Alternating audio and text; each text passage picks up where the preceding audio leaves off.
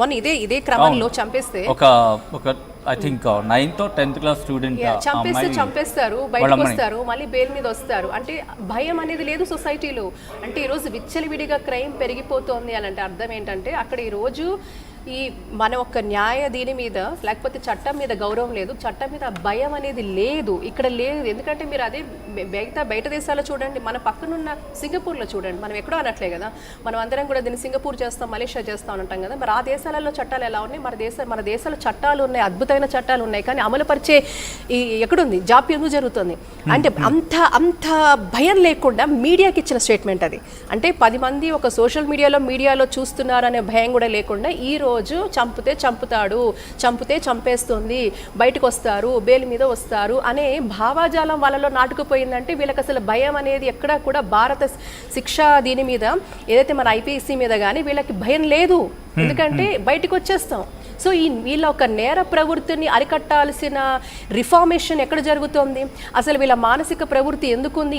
What is that which is driving? ఒకసారి root cause నుంచి వెళ్ళే ప్రయత్నం చేద్దాం.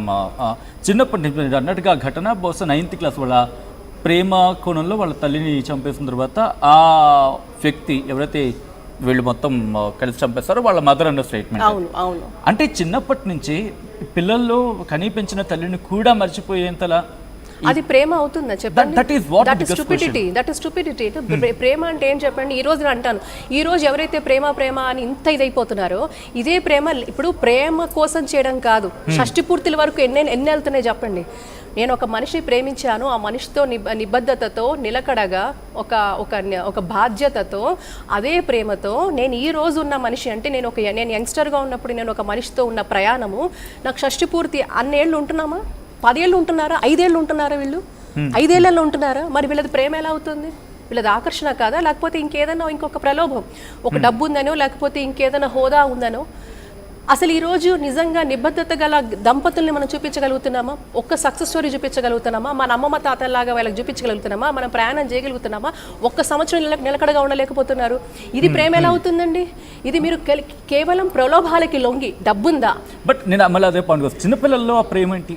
ఆ ప్రేమ ఆకర్షణ అది ఎలా గుర్తుపట్టాలి? ఎందుకంటే నేను ఉంటాను, లైక్ ఒక పేరెంట్ ఉంటాడు, వాడు స్కూల్కి పంపిస్తా అనుకుంటాడు తప్ప నా కూతురు ప్రేమలో పడిందో లేకపోతే నా కొడుకు ప్రేమలో పడ్డారో లేకపోతే వాళ్ళు ఉన్నారని చెప్పి వాళ్ళు అనుకోరు కదా. ఇది ప్రాబ్లం ఎక్కడంటే బికాస్ పేరెంట్స్ నెగ్లిజెన్స్ ఖచ్చితంగా ఇందులో ఉంటుంది. మీకు చెప్పమంటారు, ఈ రోజు ఎవరికైతే హెల్దీ పేరెంటింగ్, ఇప్పుడు ఒక చక్కగా తల్లి తండ్రి కనుక మంచి క్లోజ్ అసోసియేషను, కమ్యూనికేషను, ఒక ఇంటరాక్షను, ఒక ఇంటర్పర్సనల్ రిలేషన్ వాళ్ళ పిల్లలతో ఉంటుందో ఆ పిల్లలు తప్పు చేసే ఆస్కారం చాలా నెగ్లిజిబుల్.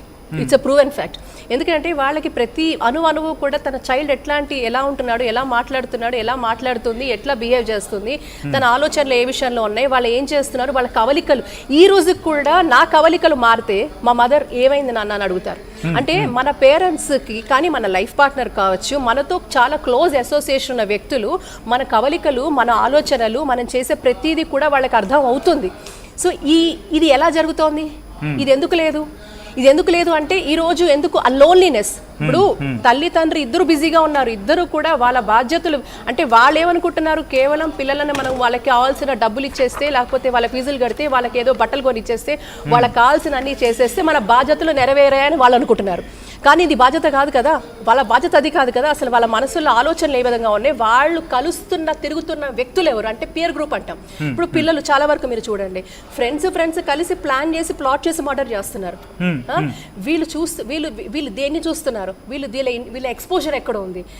ఈ రోజుల్లో సర్వసాధారణంగా మీరు గూగుల్ చేస్తే ఒక మర్డర్ ఎట్లా చేయాలి ఒకటి అడిగేసి చెప్పేస్తుంది, ఇన్నోవేటివ్ మర్డర్ ప్లాన్స్ ఇవ్వండి అంటే అది వచ్చేస్తుంది, ఒక మనిషిని ఏం చేయాలని చెప్పేసి అది వచ్చేస్తుంది. సో ఇలాంటి టూల్స్ అన్నీ కూడా చాలా అవైలబుల్గా విచ్చలవిడిగా మీకు సోషల్ మీడియాలో ఉన్నప్పుడు, దాని మీద నియంత్రణ లేనప్పుడు, మరి అక్కడ మళ్ళీ వాడు చెడు సావాసంతో అమ్మాయి కావచ్చు అబ్బాయి కానీ ఉన్నప్పుడు వీళ్ళ మానిటర్ చేసే వ్యక్తులు కానీ వ్యవస్థలు కానీ లేనప్పుడు, అటు విద్యా వ్యవస్థలో కానీ వీళ్ళకి మానిటర్ చేసే కౌన్సిలింగ్ సెషన్స్ లేనప్పుడు, ఇంట్లో పెద్దవాళ్ళు ఇద్దరు వీళ్ళ ప్రయోజనం కోసం వీళ్ళు బాగుపడాలని వీళ్ళ జీవితాలు పూర్తిగా ఆహుతి చేసుకుంటూ వాళ్ళు చేసేవాళ్ళు ఉన్నారు, నెగ్లెక్ట్ చేసేవాళ్ళు ఉన్నారు. అంటే వాళ్ళ స్వప్రయోజనాల కోసం వాళ్ళ జీవితాలు చూసుకుంటూ పిల్లల జీవితాలు విస్మరించే వాళ్ళు కూడా ఉన్నారు. సో ఇలాంటి తరుణాల్లో how do you expect a child to grow as a healthy individual? ఒక ఆరోగ్యవంతం అంటే మానసిక ఆరోగ్యం కూడా ఇంపార్టెంట్. చాలా మంది ఈరోజు ఆ రుగ్మతలతోనే పెరుగుతున్నారు. ఈరోజు డ్రగ్స్ ఎందుకు, ఆల్కహాల్ ఎందుకు, ఒక మనిషిని కోల్డ్ బ్లడెడ్గా కని పెంచిన తల్లిని చంపేస్తున్నారు, తండ్రిని చంపేస్తున్నారు, ఇర్రెస్పెక్ట్ ఆఫ్ జెండర్, అమ్మాయి కావచ్చు అబ్బాయి కావచ్చు. ఈరోజు కోల్డ్ బ్లడెడ్ మర్డర్స్ అంటే మీరిందాకన్నా ప్రేమ అనే అది ప్రేమ కాదు. సో ఆ ఒక్క మత్తులో అటువంటి పదజాలంలో వీళ్ళు పూర్తిగా కూడా ఒక మాయజాలంలో పడిపోయి ఈరోజు మనుషుల్ని చంపేద్దాము యాంటీ సోషల్ ఎలిమెంట్స్గా తయారవుతున్నారు వీళ్ళు. రైట్ వర్డ్ అంటే యాంటీ సోషల్ ఎలిమెంట్స్. ఒక మంచి పదాన్ని మీరు ఇక్కడ వాటించండి. ఒకసారి భాష దగ్గరికి వెళ్ళే ప్రయత్నం చేస్తాం. భాష anti social element, the right word what she used. ఇక్కడ ఆ పదాన్ని తీసుకున్నప్పుడు మీ ఇద్దరు మనం కూడా మాట్లాడుకున్నాం, తల్లిదండ్రుల దగ్గర వీళ్ళకి సమాధానం చెప్పడానికి ధైర్యం లేదు, రైట్? బట్ పెళ్ళయిన తర్వాత ప్రియుడితో కలిసి భర్తను కట్టుకున్న వాడిని చంపేసేంత ధైర్యం వస్తుంది. ధైర్యం కాదు, అది కూడా పిరికితనమే. ఎట్లా ధైర్యం ఉంటే నాకు నువ్వు వద్దు పోరా నేను వీడితో పోతాను అని చెప్తావు, ఇది పిరికితనం. ఇంకా కొంత ధైర్యం ఉంటుంది, చచ్చిపోయేంత ధైర్యం. సొంతంగా చచ్చిపోయే వాళ్ళు, ఆత్మహత్య చేసుకునేవాళ్ళు, అది చాలా ధైర్యవస్తులు. ఇది ధైర్యం కాదు, ఇది పిరికితనం. పిరికితనం కాబట్టే చంపుతున్నారు.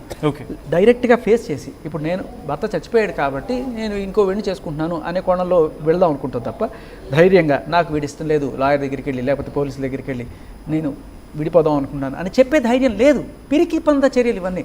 అండ్ మీకు ఒక అంటే మనం ఆ డేటా గురించి ఇందాక మనం మాట్లాడుకున్నాం. నేను ఒక్కసారి ఆ డేటా గురించి చెప్పిందా మీ దగ్గరికి వచ్చే ప్రయత్నం చేస్తా. ఇది ఉత్తరప్రదేశ్, బీహార్, రాజస్థాన్, మహారాష్ట్ర, ఎంపీ. మళ్ళీ రిపీట్ చేస్తున్నా, ఉత్తరప్రదేశ్, బీహార్, రాజస్థాన్, మహారాష్ట్ర, మధ్యప్రదేశ్. ఈ 5 రాష్ట్రాలకు సంబంధించి ఒక డేటా బయటకు తీస్తే షాక్ అయ్యేలా ఉన్నాయి ఆ రికార్డ్స్.